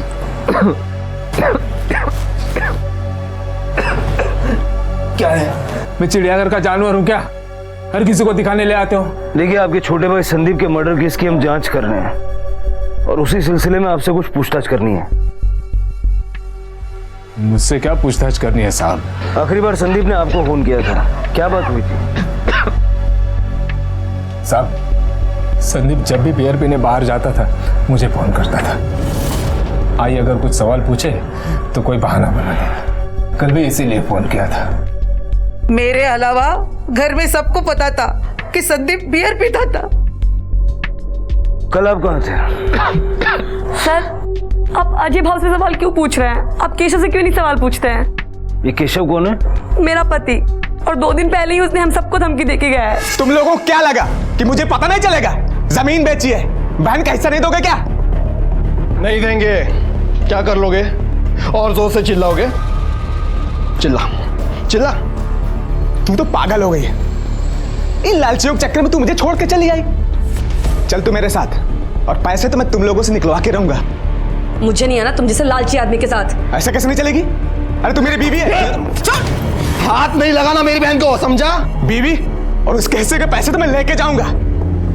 उसके लिए चाहे मुझे तुम लोगों की लाश क्यों न बिछानी पड़े। इस केशव का नंबर और घर का एड्रेस दीजिए। सर ये केशव का फोन तो स्विच ऑफ आ रहा है। अपने 2 आदमी उसके घर पे भेजो और उठा लो उसको। Okay sir. हेलो मात्रे, मैं तुम्हें एक फोटो और एड्रेस भेज रहा हूँ। उस आदमी के घर पर जाकर उसे तुरंत पुलिस स्टेशन उठा के लेके आओ। सर मुझे एक बात बहुत अजीब लगी। घर वालों ने संदीप की बाइक की आवाज तो सुनी थी, लेकिन किसी ने भी ऊपर जाकर ये नहीं देखा कि संदीप घर पे आया भी है या नहीं। क्या वाकई में संदीप घर पे आया था या नहीं, ये पता ही नहीं चल रहा है। शिंदे फटाफट उसकी पीएम रिपोर्ट मंगाओ। हो सकता है घर वाले कुछ ना कुछ छुपा रहे हैं। हो सकता है कि संदीप घर पर आया ही नहीं था, उसका मर्डर दोपहर को ही हो गया था। सर लेकिन उसकी बाइक तो घर के पीछे खड़ी थी। हो सकता है कि मर्डर करने वाले ने बाइक घर के पीछे लाके छोड़ दी हो। एक काम करो, जरा आसपास पता करो इस फैमिली के बारे में।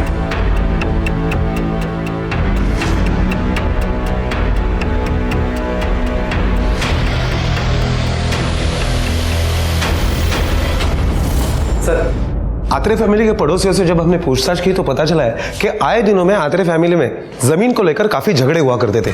सबसे छोटा भाई सागर, उसका हमेशा मजले भाई संदीप से झगड़ा हुआ करता था। और बड़ा भाई अजय, उसका क्या स्टैंड था? सर अजय बीमारी के कारण किसी से ज्यादा बात नहीं करता था। मंझले भाई की मौत का फायदा तो दोनों भाइयों को हुआ है। संदीप की मौत की वजह से संदीप के हिस्से की जमीन इन दोनों भाइयों को मिलेगी। जरा पता करो कि संदीप के मर्डर में इन दोनों भाइयों की क्या हिस्सेदारी है। Okay sir. Sir Sandeep Atre ने जिस दुकान से बियर ली थी उस दुकान का पता चल गया है। सर संदीप मेरा रेगुलर कस्टमर था। कल दोपहर 2 बजे के करीब जब मैं लंच के लिए निकला था तब वो आया था सर। क्या गोविंद भाई, लंच टाइम? हाँ, और आपका बियर टाइम। अरे प्रमोद, 2 स्ट्रॉन्ग चिल्ड बियर निकाल संदीप भाई के लिए। सुनो ना, 2 माइल भी बोल देना। हाँ, और 2 माइल में निकाल। संदीप के साथ और कोई था? नहीं सर। उसके जो दोनों भाई हैं वो कौन सी बियर पीते हैं, स्ट्रॉन्ग या माइल्ड? सर बड़ा भाई तो कुछ पीने के लायक भी नहीं है, पर छोटा भाई जो है वो माइल्ड पीता है। तो संदीप ने बियर जब खरीदी तो फिर वो यहाँ से किस तरफ गया?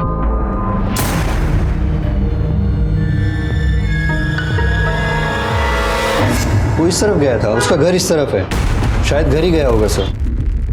सर बियर शॉप वाले ने कहा कि बियर लेने के बाद संदीप घर पे गया था इस तरफ, लेकिन उसकी लाश हमें रेलवे लाइन के पास मिली और रेलवे लाइन तो इस तरफ है।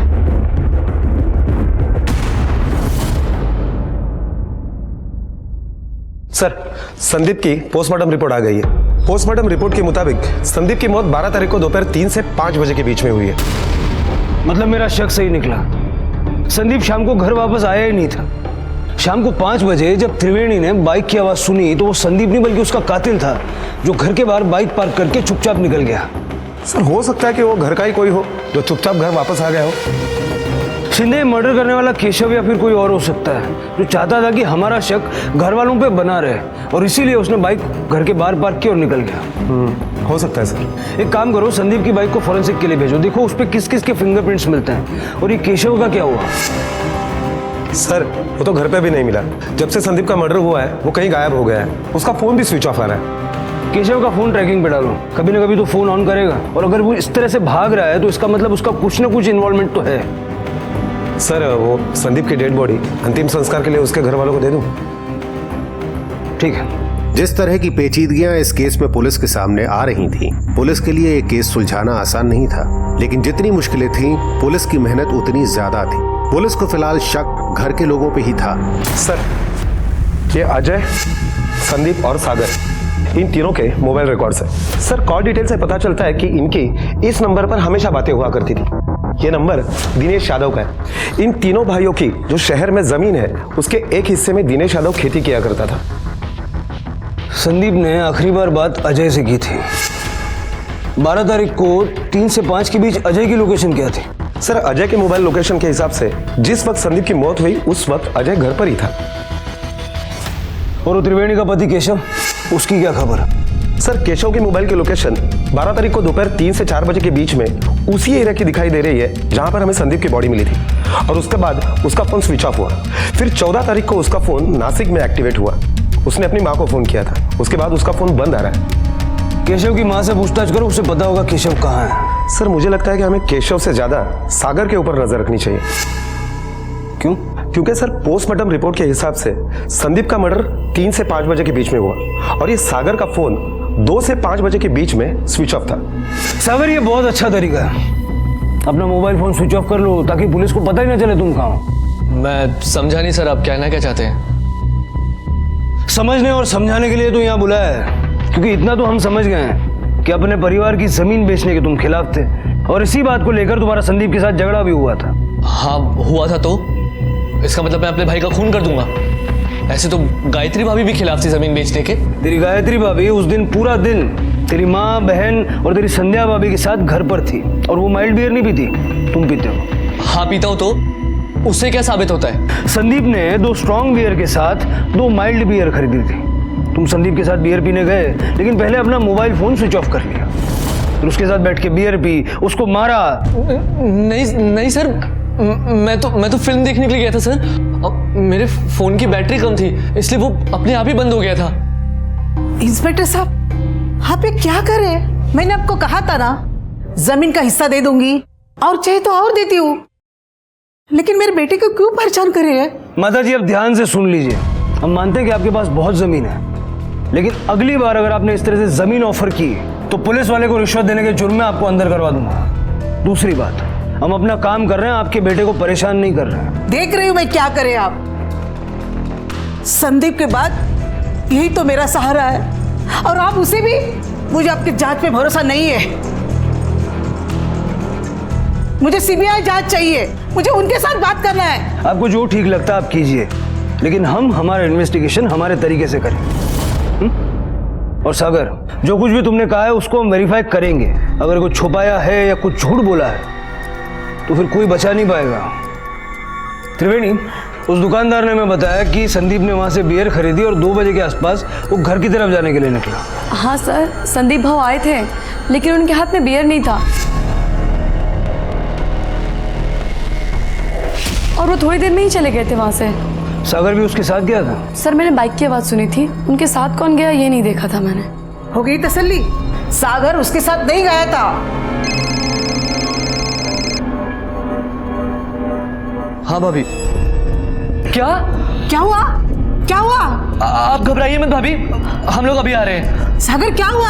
हाँ? माँ, अजय भाऊ की तबीयत बहुत ज्यादा बिगड़ गई है। अरे बाप रे, तो एक काम कर, वैद्य को ले गया, हम लोग घर पहुंचते हैं। सर मैं निकलूं? जाओ। चल तू जा, चल चल चल।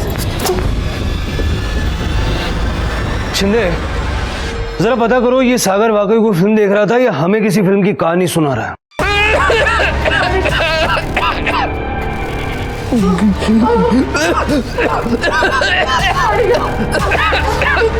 तू जा यहाँ से। अजय, अजय तू घबरा मत। अरे वही कहाँ रहा है? हाँ सागर गया है उन्हें लाने। हाँ अजय, गायत्री काढ़ा पिलाओ उसको। कैसे पिलाओ भाई, कैसे पिलाओ? खास कर हालत खराब हो गई है उनकी। आई भी पाया पड़ते, प्लीज किसी अच्छे डॉक्टर के पास ले जाइए उन्हें, प्लीज आई प्लीज। आइए डॉक्टर साहब, वो मेरे बड़े भाई हैं, उन्हें टीबी है, उनकी हालत बहुत बिगड़ चुकी है। सागर, मैंने वैद्य को लाने को कहा था, ये किसको उठा के लाए? चल नहीं ये कौन? आई टू। सागर, तुझे पता नहीं, ऐसे ही अंग्रेजी डॉक्टर के गलती से तेरे बाबा मर गए थे। आई एक डॉक्टर गलत निकला, इसका मतलब ये नहीं कि हर डॉक्टर गलत होगा। आई तू बाहर चल। आई। अरे नहीं, वो मार देगा अजय को। अजय, इसका इलाज मत लेना। अजय, अजय, दरवाजा लगा। देखिए, मैंने दवाइयाँ तो लिख दी हैं, लेकिन आपके भाई की हालत बहुत बिगड़ चुकी है। अगर आप उनको हॉस्पिटल में एडमिट करवाएंगे तो उनका इलाज अच्छे से हो पाएगा। जी डॉक्टर, अभी तो मैं ये दवाइयाँ उन्हें दे देता हूँ। दिखाए डॉक्टर को, हो गई मनमानी। लेकिन मैं अजय को अंग्रेजी दवा खा के मरने नहीं दूंगी, समझे?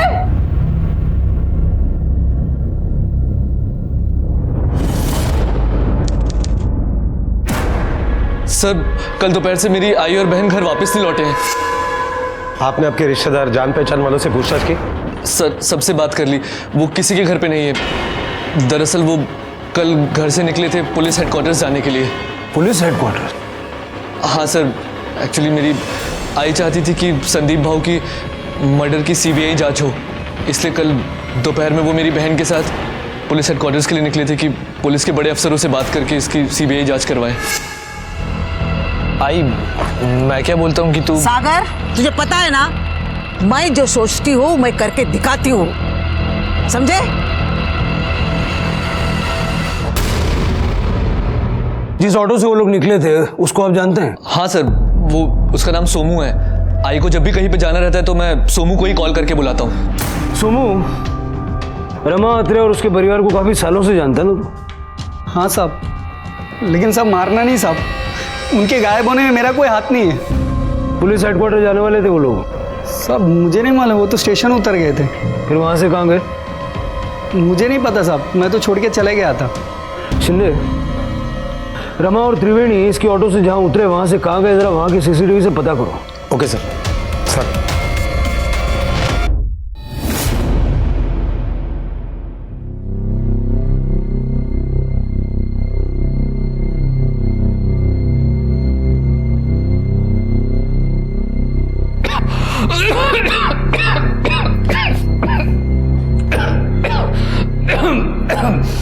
अरे सागर, आकाश तू, आई का कुछ पता चला? नहीं। अरे ये क्या करते हो आप? हाँ, आपको एक बार बोला वो समझता नहीं है। रूम से बाहर क्यों आया? कितनी बार बोला अंदर रुकिए? हाँ आई, इस तरीके से तो बच्चों में भी इन्फेक्शन फैलेगा। अंदर जा। आओ, आपको समझ में नहीं आता? आपको सही इलाज तो करवाना नहीं है, बस आई की सुनते रहते हो, उन्हीं की मानते हो, और इस तरीके से बाहर आकर बीमार हूँ पर ये मत भूल के तेरा बड़ा भाई हूँ। मेरे सामने ऊंची आवाज करके बोलना बंद कर, समझो? ये क्या कर रहे हैं आप? छोड़िए उन्हें, छोड़िए। बराबर देख रहा हूँ तुम दोनों को, बहुत सुर से सुर मिल रहा है ना तुम्हारा। कमरे में बंद रहता हूँ इसका मतलब ये नहीं कि मुझे कुछ दिखाई नहीं देता। सब बराबर देख रहा हूं मैं, समझे?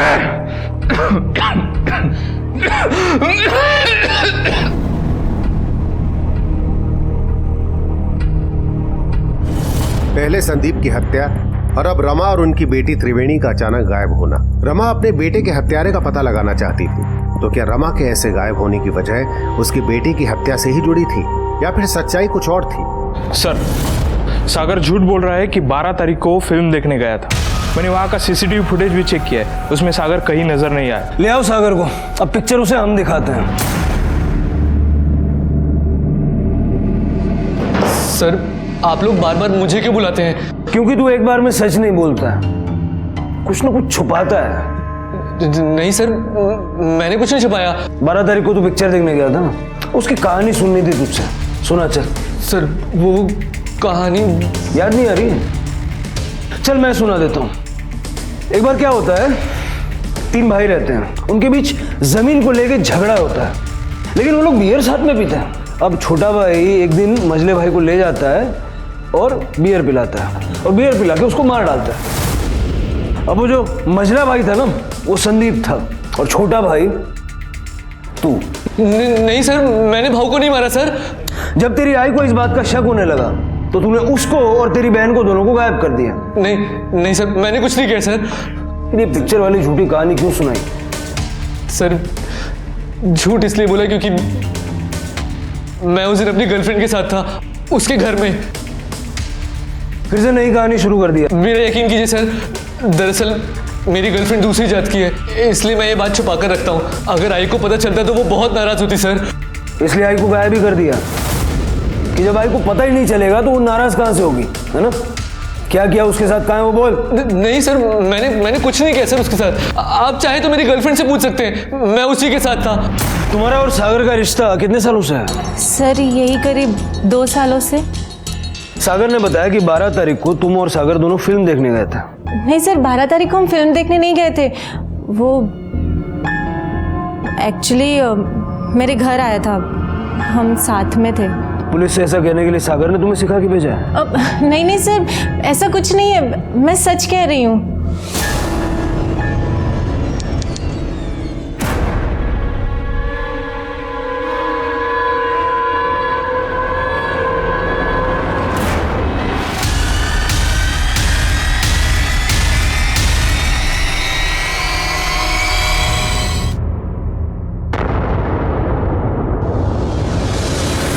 गायत्री जी, जिन लोगों ने आप पे हमला किया था, आपने उनको देखा था? नहीं सर, उन्होंने हेलमेट पहना था। जिस जगह पे आप पे हमला हुआ हमने वहां पूछताछ की, बाइक पे नंबर प्लेट तक नहीं लगी हुई थी। इसका मतलब पूरी प्लानिंग करके आपके ऊपर हमला किया गया। आपको क्या लगता है कोई आप पे क्यों हमला करवाएगा? पता नहीं सर, कोई मुझ पे क्यों हमला करवाएगा। शायद इसलिए क्योंकि आए दिन आपके घर में जमीन को लेके झगड़े चलते रहते हैं। सर मेरे नाम पे कोई जमीन नहीं है। हाँ, लेकिन आपके घर की जमीन ना बेचने के लिए आप हमेशा सागर का साथ देती आई हैं। फिर तो पहले मुझे मारना चाहिए था। बेटा, जब आपकी आई पे हमला हुआ तो आप आई के साथ थे ना? आपको याद है वो बाइक वाला कैसा दिखता था, कौन था? हाँ अंकल, वो अंकल ने हेलमेट पहना था, सिर्फ उनकी नाक दिख रही थी। उनकी नाक पे बड़ा सा कट का निशान था। मुझे लगता है ये काम किसी प्रोफेशनल का है। पता करो कोई ऐसा हिस्ट्री शीटर है क्या जिसकी नाक पे निशान हो? Yes sir. सॉरी अजय, तुम्हारी तबीयत खराब है, लेकिन तुमसे कुछ सवाल पूछना है। हाँ सर, पूछिए। तुम्हारी बीवी को मरवाने की कोशिश किसने की होगी? तुम्हें शक है किसी पे? साहब, ये 4 दीवारें ही मेरी दुनिया है, मैं शक भी कैसे करूं किसी पर। तुम्हारी आई और बहन दोनों गायब है, एक भाई मर चुका है, अब तो सब कुछ तुम्हारा छोटा भाई संभालेगा। हो सकता है कि सागर ने नहीं साहब, हम लोग घर में चाहे जितना ही लड़ लें, पर एक दूसरे को नुकसान नहीं पहुंचा सकते। शिंदे, केशव को कुछ पता चला? सर केशव बस भाग रहा है, कभी नासिक, कभी कल्याण, कभी Shirdi.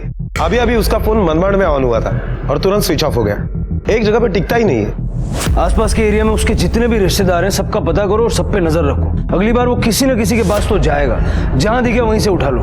Okay sir. Sir, Rama और त्रिवेणी की कॉल डिटेल्स आ गई है। लास्ट लोकेशन क्या है दोनों की? वसई के साउथ साइड में, और करीब 2 बजे के आसपास उसका फोन बंद हो गया था।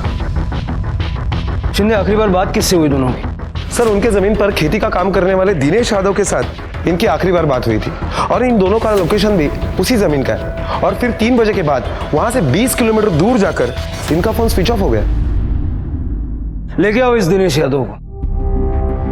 अरे दिनेश, खेती में आजकल बहुत कमाई नहीं है ना? जी साहब, ये बात तो है, बस गुजारा चल जाता है। पर सिर्फ यही पूछने के लिए बुलाया था साहब। नहीं। 21 तारीख को तेरी रमा अत्रे से बात हुई थी, उसके बाद से वो गायब है। क्या बात हुई थी? जी वो जमीन को लेके बात हुई थी। उस दिन भी उन्होंने फोन किया था और मैंने कहा कि फसल सही नहीं हो रही है इस बार, तो वो कहने लगी तू झूठ बोल रहा है, मैं खुद आकर वहां देखना चाहती हूँ। मैंने कहा आइए देख लीजिए। फिर दोनों माँ बेटी वहां आई थी। रमा और त्रिवेणी तुझसे मिलके फिर कहाँ निकले थे? कोई था उनके साथ? जी नहीं, वो दोनों ही थी सिर्फ। 12 तारीख को कहाँ था तू? जी वही खेत पे था अपने। क्यों, संदीप के साथ बियर पीने नहीं गया था? क्या साहब, हम देसी पीने वाले, हमारा बियर से क्या होगा? हाँ, बियर से क्या होगा तेरा, लेकिन पुलिस के सामने जो झूठ बोलता ना, उसको ऐसा नशा चढ़ाते हैं कि उसको चारों तरफ जेल की सलाखें नजर आती है। साहब वो तो अभी होश में भी दिख रहा है, पर मैंने आपसे जो कहा वो सब सच था, झूठ कुछ नहीं बोला मैंने आपसे। मैं जा सकता हूँ साहब, थोड़ा खेती में काम है। जा। शिंदे, 1 नंबर का घाघ आदमी है ये। दवाई खा लीजिए, आपको ठीक लगेगा। अरे नहीं चाहिए। क्या कर रहे हो आप? छोटे बच्चे की तरह माँ की तरह ये जिद करते हैं, छोड़ दो आप। अपने लिए ना सही, अपनी बेटी के लिए आपको ठीक होना पड़ेगा। बाबा बाबा प्लीज दवाई खा लो, और दवाई खा लोगी तो जल्दी ठीक हो जाओगे बाबा, प्लीज खा लो।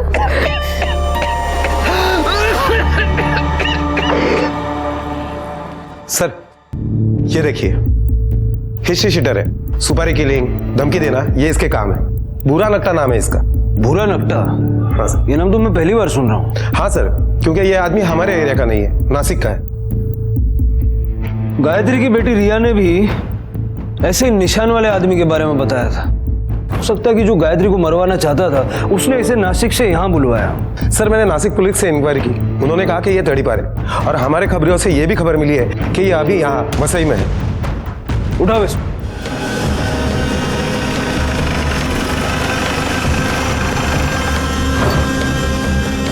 साहब वो रहा। हेलो, अरे मैं इधर चाय की दुकान पे हूँ, तुम किधर हो? अरे कितना टाइम लगाओगे यार? अरे हाँ बस पहुंच रहा हूँ भाई। ओके। क्या रे बुरा, नासिक से नाक कटा कर तू यहाँ आ गया? तू कौन? पुलिस। चल। तुम? साहब, अब आप लोग बुरा को मार पीट कर सच उगलवा लोगे, फिर आप लोग मुझे उठाने आओगे, इसलिए मैं पहले ही आपके पास आ गया।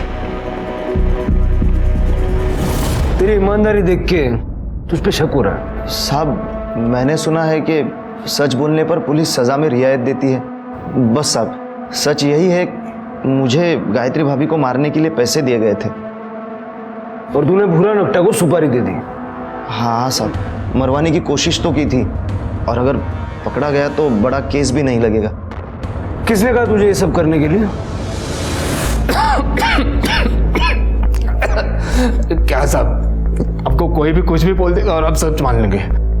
मैं भला क्यों अपनी बीवी को मरवाने की कोशिश करूंगा? तूने अपनी बीवी को मरवाने की कोशिश इसलिए की क्योंकि तुझे शक था कि उसका किसी के साथ अफेयर है। मान लीजिएगा मेरी बीवी का किसी के साथ अफेयर है भी, तो मुझे कैसे पता चलेगा? मैं तो दिन रात उस कमरे में बंद रहता हूँ साहब। मुझे ये समझा कि तूने दिनेश को ऐसा क्यों बोला कि अगर किसी औरत का पैर फिसल जाए तो उसे समझाने का कोई फायदा नहीं, हमेशा के लिए सुला देना चाहिए। कोठा रे घेऊन त्याला।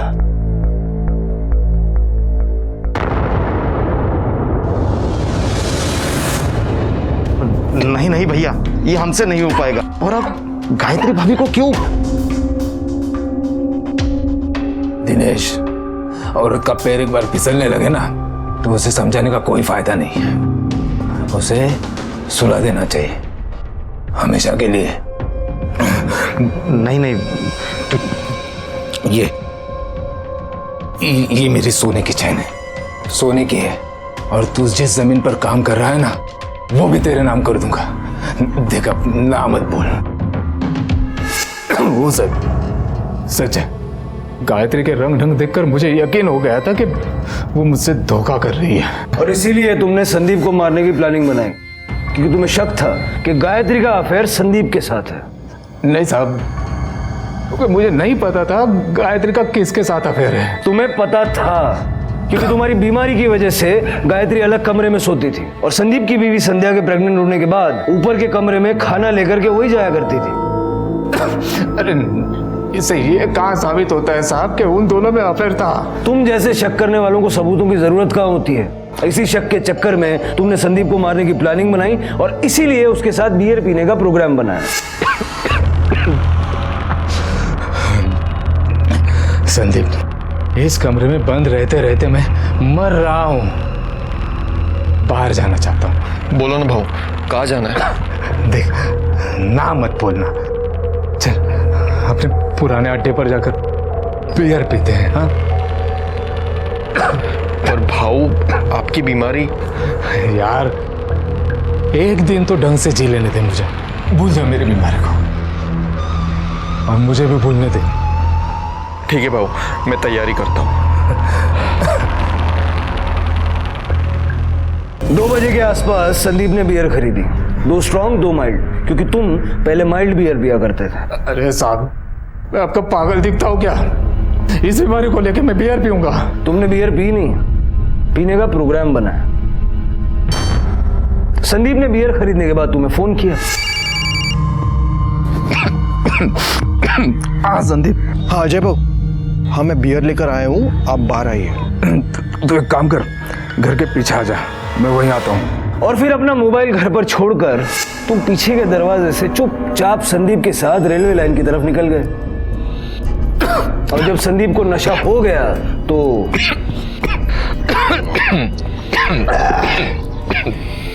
सच बोलो, आज बहुत दिनों बाद आपके साथ पीने बैठा हूँ, अच्छा लग रहा है। अच्छा लग रहा है ना? मुझे भी अच्छा लग रहा है। पी। अरे बाबू, ये क्या बात हुई? मेरी दूसरी खत्म होने आ रही है और आप पहली पे अटके हो। पियो पियो। अभी करता हूँ खत्म।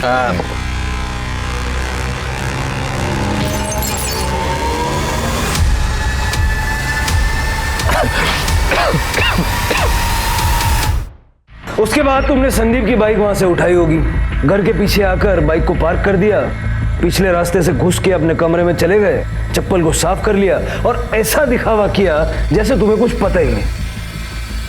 नहीं साहब, मैं ऐसा कमीना भी नहीं हूं कि अपने भाई का खून कर दूं, वो भी सिर्फ शक के आधार पर। लेकिन सिर्फ शक के आधार पर तुमने अपनी बीवी को मरवाने की कोशिश तो की, है ना? लेकिन साहब, इस शक के आधार पर मेरे खिलाफ मेरे भाई को मारने का कोई केस नहीं बनता है, तो इन सब बातों का कोई फायदा है नहीं। गायत्री की हत्या की कोशिश के सबूत तो मिले हैं, तो उसकी सजा तो तुझे पक्का मिलेगी। और एक बात और समझ ले, संदीप की हत्या की जांच अभी खत्म नहीं हुई।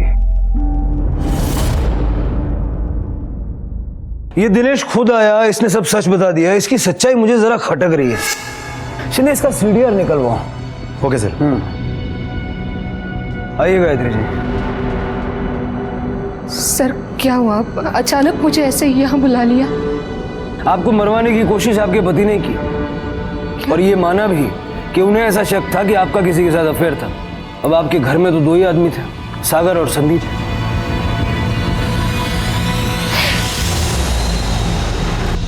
आई, पापा को पुलिस क्यों ले गई? रिया, मुझे एक बात बता, क्या कभी बाबा ने तुझसे पूछा था कि आई कहाँ गई, किसके साथ गई? याद करके बता। हाय, वो जो आपके गले पे कीड़े ने काटा था, उस दिन बाबा ने मुझे कहा कि जो ऊपर देखिए कि कमरे में कौन है। फिर? हाँ, फिर आई, मैं देखने गई ऊपर तो संदीप काका थे। फिर ये बात मैंने पापा को बता दी। पापा घर नहीं आएंगे, अब वो अस्पताल में है, उन्हें सजा भी हुई है। उन्होंने आई को मरवाने की कोशिश की, पर क्यों? वो इतना नाराज क्यों थे आई से?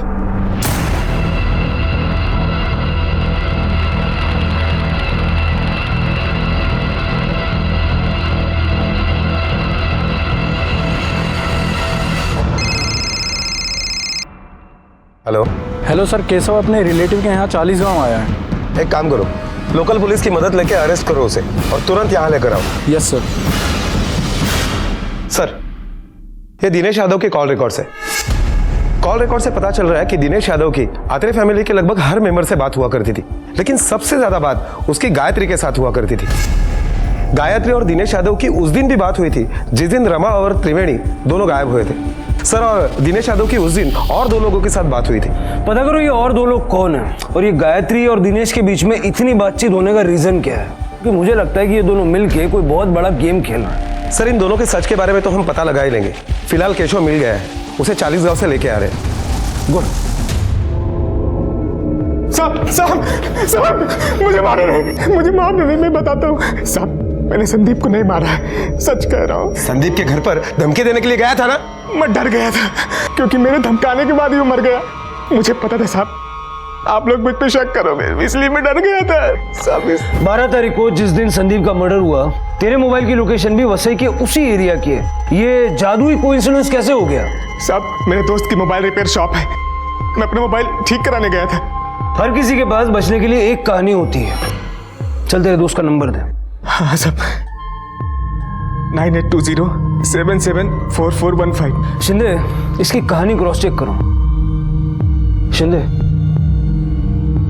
जो दिनेश के सीडीआर में 2 नंबर मिले थे, उनकी डिटेल्स मिली? सर कल तक मिल जाएगी। सर रमा और त्रिवेणी जिस दिन गायब हुए थे, उस दिन दिनेश यादव की गायत्री के अलावा जिन 2 लोगों के साथ बात हुई थी, उनके कॉल डिटेल्स आ गए। सर ये देखिए, ये एक नंबर है 8877, ये नंबर तो फिलहाल बंद आ रहा है, और ये दूसरा नंबर 9872, ये नंबर दिनेश यादव के दोस्त रवि का है। सर दिनेश यादव ने रवि को 21 तारीख को सुबह फोन किया था, उसकी माँ की दवाई के पर्चे के बारे में पूछने के लिए। माँ की दवाई का पर्चा क्यों? क्योंकि सर उसकी माँ की दवाई के पर्चे में नींद की दवाई की प्रिस्क्रिप्शन थी। और ये दूसरा 8877 वो किसका है? सर ये नंबर पवन सोलंकी नाम के आदमी का है। ये आदमी तांत्रिक है। उठाओ इसको। क्या रे दिनेश, नींद की दवाई की क्या जरूरत पड़ गई तुझे? रवि तेरा दोस्त, उसकी माँ का दवाई का पर्चा मांगा था ना तूने? जी वो नींद नहीं आ रही थी इसीलिए। बड़े संयोग की बात है, जिस दिन रमा और त्रिवेणी गायब हुए उसी दिन तूने नींद की दवाई खरीदी। क्या किया दवाई का? वो दवाई खाई मैंने। ये दवाई खाने की नसीहत किसने दी थी? तांत्रिक ने? नहीं साहब, वो फोन किया था उसको, पर बारिश कब गिरी ये पूछने के लिए फोन किया था। अप्रैल के महीने में बारिश का इंतजार कर रहा है? हाँ, ले गया उसको। कोठारे घेऊन ले त्याला। चल। अब सब कुछ सीधा सीधा सच सच बताएगा या मार खा के बताएगा? बताता हूँ साहब।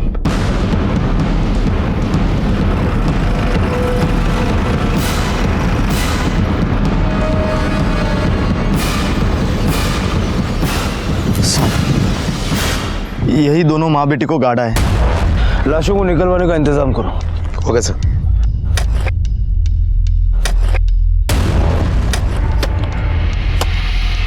रुको, निकालो उसे बाहर।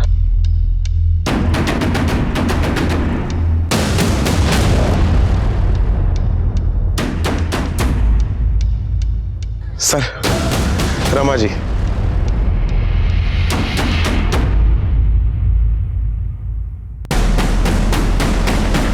सर त्रिवेणी। कितने पैसे मिले थे ये सब करने का? 6 लाख मिले थे साहब। किसने दिया? पहले आप मेरे पापा को ले गए, अब मेरी आंखों क्यों लेके जा रहे हो?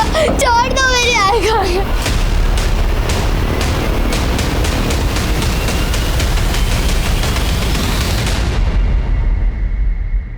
संदीप को भी तुम नहीं मरवाया? नहीं सर, संदीप को किसने मारा, क्यों मारा, मैं नहीं जानती। अपनी सास को क्यों मरवाया? तंग आ गई थी मैं उस औरत से, सिद्धि अड़ियल। बस उसी औरत की वजह से 5 साल तक मैं अपने पति से दूर रही। मेरी बेटी को भी मनहूस मानती थी वो। मेरे पति का अच्छे डॉक्टर से इलाज भी नहीं करा चाहती थी, जमीन बेचने चली थी। ऐसे तो हम लोग रास्ते पे आ जाते ना, इसीलिए दिनेश को कहकर मैंने उन्हें मरवाया, ताकि उनके बाद घर का और जायदाद का पूरा कंट्रोल मेरे हाथ में आ सके। माँ जी, हमने कहा था ना, बड़े ही पहुंचे हुए बाबा है ये। बाबा कुछ भी करो, मेरे बेटे के कातिल का नाम बताओ, जमीन का आधा हिस्सा आपके नाम कर दूंगी। लो ये पहले पवित्र जल पी लो, अपनी आंखें बंद करो, अपने मरे हुए बेटे का ध्यान करो। जब आंखें खोलोगे तो इस हवन कुंड में उस हत्यारे की आकृति दिखाई देगी। जल पियो।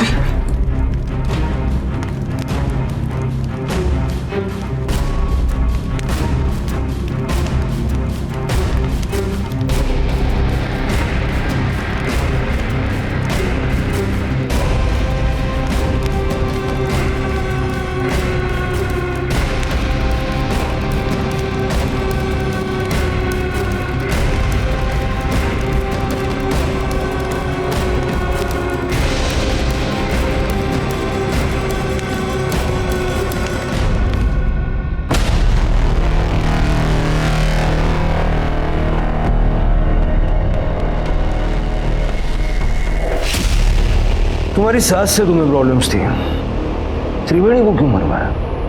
त्रिवेणी उनके साथ थी इसलिए मारी गई। अब तुम्हारी अपनी जिंदगी का कंट्रोल भी तुम्हारे हाथ में नहीं रहा। क्या मिला ये सब करके?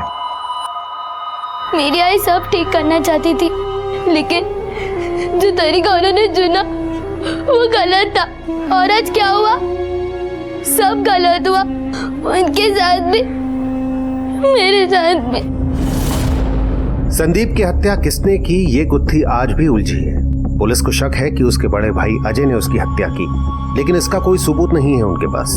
दिनेश और दिनेश की मदद करने वाले तांत्रिक पवन सोलंकी को रमा और उनकी बेटी त्रिवेणी की हत्या के लिए उम्र कैद की सजा हुई। कहते हैं जमीन में आप जो बोते हैं अंत में वही काटते हैं, और इन सभी अपराधियों के साथ भी वही हुआ। जिस गुनाह के बीज उन्होंने बोए उसी की सजा वो काट रहे हैं। क्राइम पेट्रोल के ऐसे ही मजेदार एपिसोड्स देखने के लिए हमारे चैनल को सब्सक्राइब करें।